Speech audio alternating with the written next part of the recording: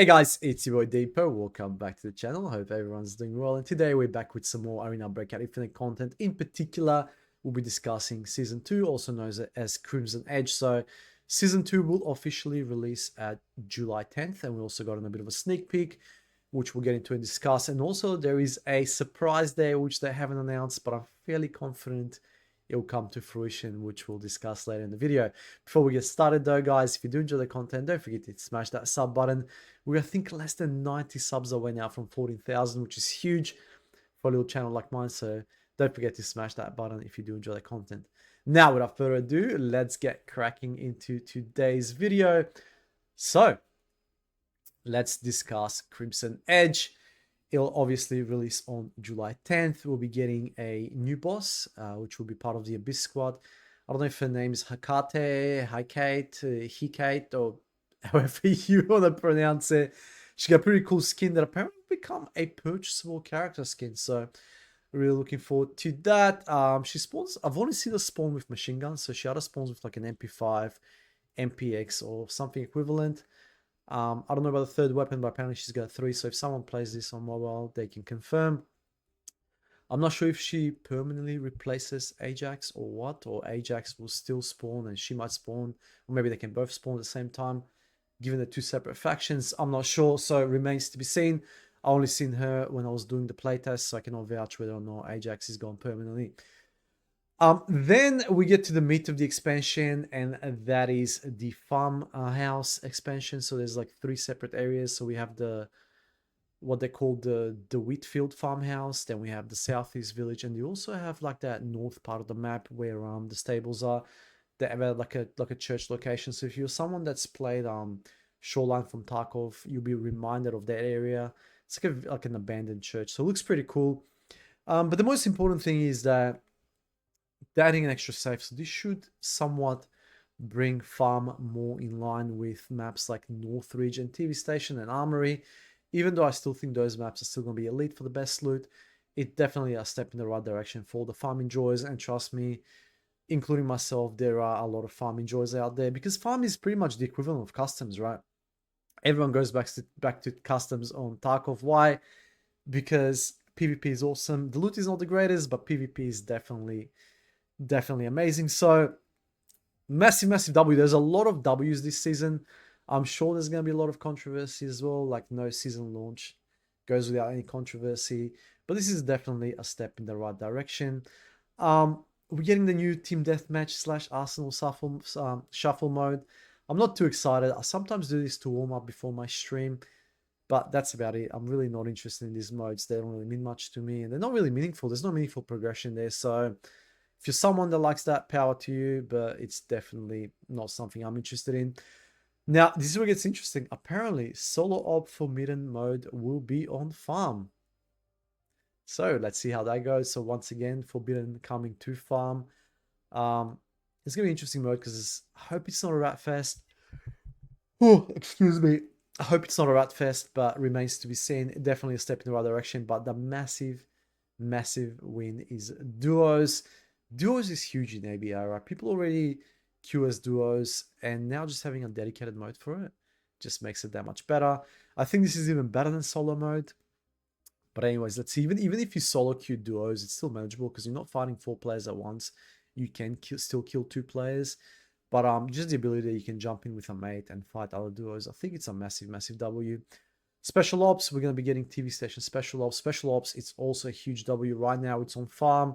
Crazy good map. Really enjoy it. If you haven't already, do check it out. It's just like a little blocked off area of map. So it's essentially, if you go to farm here, it closes off about here, and it's just this area. It's got an extra safe, and it's just PvP central. That's what I really enjoy about it. Also, we're getting a lot of more new cosmetics, which is I think expected with new seasons. I'm a cosmetics guy. If you ask me, remove the current purchasing, remove the composite case, and fund the game based on skins alone. I think it's the most sustainable option, and people won't destroy the game as much as they would when it comes to Steam reviews. And speaking of Steam, ladies and gentlemen, I have it on good authority that it is scheduled to release on Steam next season. However, However, there is no official confirmation, which means it is still subject to change. So they haven't officially committed to it, but the word in the vine is that they are planning to go on Steam for Season 2. So super duper excited for that. I don't know why I'm so drowsy. And then we also have the new red items. So we have the Utopia Hazmat case. This is like a step between the red and the secret document. I think it's worth about 7.5 mils. So if I find one, I'm keeping it. I'm definitely not going to sell it unless I get multiple of it. But hey, this is going to be huge, huge boost. Golden Snake and Synchronized Array Mirror, so they're also very good additions. It just diversifies the safes, so it makes them less predictable as to what you're going to get. Then we also have the retrieval devices. I don't know how I feel about that, to be honest. They're not needed, but if you do manage to slap like 2 or 3 T6 players, you will still be able to get most of the shit out. But I feel the game now is a good balance, because say if I go with a team and the team damages a couple of players but I end up killing all of them, it's good to share the loot around. I'm not a greedy person, and the people I play with are not greedy, so the retrieval box sort of just encourages people to be more greedy and more selfish. But whatever, each their own. I'm sure you guys have your thoughts on it. Those are my thoughts.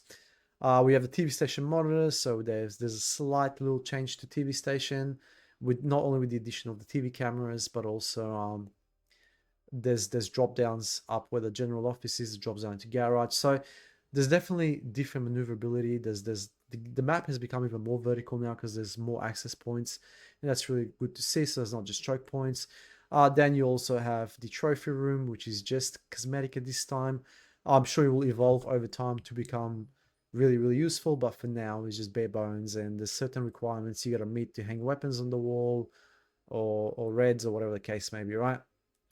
And now to the real meat of this expansion, so to speak. We're getting 7 new weapons and 100 plus mods. So Mark 14, if you haven't checked out my tier list, do check it out. I said this weapon is a god tier. Why? Because it shoots red ammo, full auto, 700 RPM, mid to high firing power, and makes it super, super busted if you can afford to run it.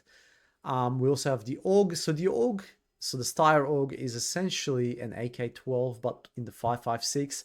And if you've been watching my streams, I absolutely love the AK-12. That thing is insane. Insane. It's just the most balanced universal gun in the game. It's just so dynamic. It can fight up close at range. Crazy good recoil pattern. Just amazing. Lever action, super fun rifle. I don't see this used outside of normals. It will fall short when it comes to T5, T6 armor. So probably normal farm is where you'll see this excuse me, weapon the most. It's got very slow muzzle velocity because it shoots pistol ammo, which shoots the deagle ammo. So super fun though, super, super fun. We have the T79, crazy good gun, absolute trash ammo. So they should be adding at least purple ammo for this, or gold. Hopefully it'll make these guns a lot more viable. We have the SG550.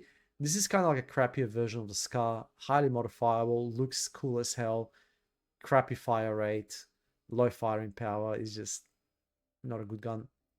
G3, I'm super excited. Perhaps the gun I'm most excited about this update. It'll make the M80s great again. It's just a crazy good gun. Low firing power, but this is kind of like an M110, where you just double the fire rate and like highly more customizable, but half the range though. So the guns are balanced with the exception of Mark 14, but the Mark 14 is going to cost you like between 800 to 1 million to make anyway. So no real loss. I mean, it is what it is, right? If it's going to get out of hand like the Foul did, I'm sure they'll tune it as the season goes. But yeah, that's it so far. Let me know your thoughts in the comment section below. Whether are you an existing player, you're coming back to season 2, or you're a new player. Anyways, as always, I do appreciate your support. I hope you have a great day, and let me know your thoughts in the comment section below. Peace.